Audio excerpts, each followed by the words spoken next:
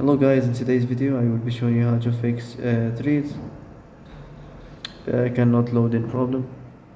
So the answer is easy, just go to the settings and then scroll down to the apps section and then go to the search and search threads, and then go to the storage, and here you will find this clear cache option. Click on it. Now you can go check it if it worked, and if it didn't you can try to restart your phone or turn the Wi-Fi off and on, or the Bluetooth or the airplane mode. Also you can try to clear data, but be careful. If you clear data, all these applications data will be deleted. This includes all files, the settings, the accounts, the databases, etc. So be careful if you want to clear your data.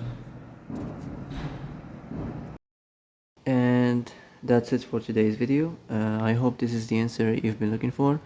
If you like this video, don't forget to like and subscribe, and see you in the next video. Thanks for watching.